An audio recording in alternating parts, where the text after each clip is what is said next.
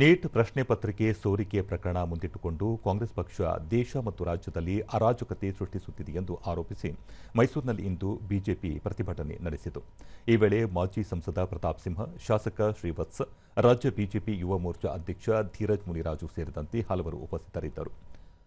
ದೂರದರ್ಶನದೊಂದಿಗೆ TS Srivatsa, Congress ನಾಯಕರು ಪ್ರಧಾನಿ ನಿವಾಸದ ಎದುರು ಪ್ರತಿಭಟನೆ ನಡೆಸಿ ದೇಶದಲ್ಲಿ ಅರಾಜಕತೆ ಸೃಷ್ಟಿಸುವ ಯತ್ನ ನಡೆಸಿದ್ದಾರೆ. ಇದು ಒಳ್ಳೆಯ ಬೆಳವಣಿಗೆಯಲ್ಲ ಎಂದರು. ಅಧ್ಯಕ್ಷರು ಸ್ನೇಹಿತರಾದಂತಹ ಸೋಮಶೇಖರ್ ಅವರು ಸೇರಿದಂತೆ ಸ್ಪಷ್ಟ ಆಗಿದೆ. ಕಾಂಗ್ರೆಸ್ ಸರ್ಕಾರ ಹಾಗೂ ಉದ್ದೇಶಿಸಿ ಮತ ಹಾಕಿ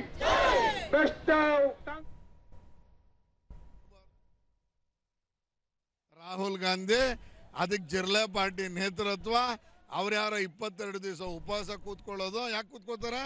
ಕಳೆದ ಪಾರ್ಲಿಮೆಂಟಲ್ಲಿ ಬಿಲ್ ತಂದ್ವಲ್ಲ, ಆ ಬಿಲ್ಲು ತನ್ನ ಬುಡಕ್ಕೆ ಬರುತ್ತೆ ಅಂತ ಗೊತ್ತು ಅವ್ರಿಗೆ. ನಾಳೆ NGOಗಳಿಗೆ ಹಣಕಾಸಿನ ನೆರವು ಎಲ್ಲಿಂದ ಬರುತ್ತೆ ಅಂತ ಗೊತ್ತಾಗುತ್ತೆ. ಅದನ್ನು ಮುಚ್ಚಿಟ್ಕೊಳ್ಳೋಕ್ಕೆ ಪ್ರತಿಭಟನೆ ಕೂತ್ಕೊಂಡ್ಬಿಟ್ಟು ಇವತ್ತು ದೇಶದಲ್ಲಿ ಅರಾಜಕತೆ ಸೃಷ್ಟಿ ಮಾಡಕ್ಕೆ ಹೋಗ್ತೀರಾ? ಯಾವ ಕಾರಣಕ್ಕೂ ನಡೆಯಲ್ಲ. ಅದರ ವಿರುದ್ಧ ನಾವು ಪ್ರತಿಭಟನೆಯನ್ನು ಮಾಡಿದ್ದೀವಿ. ಧೀರಜ್ ಮುನಿರಾಜು, ನೀಟ್ ಪ್ರಶ್ನೆ ಪತ್ರಿಕೆ ಸೋರಿಕೆ ಪ್ರಕರಣದಲ್ಲಿ ಈಗಾಗಲೇ ಆರೋಪಿಗಳ ವಿರುದ್ಧ ಕ್ರಮ ವಹಿಸಲಾಗಿದೆ. ಆದರೂ ಕಾಂಗ್ರೆಸ್ ನಾಯಕರು ಕೇಂದ್ರ ಸರ್ಕಾರದ ವಿರುದ್ಧ ಯುವ ಜನತೆಯನ್ನು ಎತ್ತಿಕಟ್ಟಲು ಹೊರಟಿದ್ದಾರೆ ಎಂದು ತಿಳಿಸಿದರು.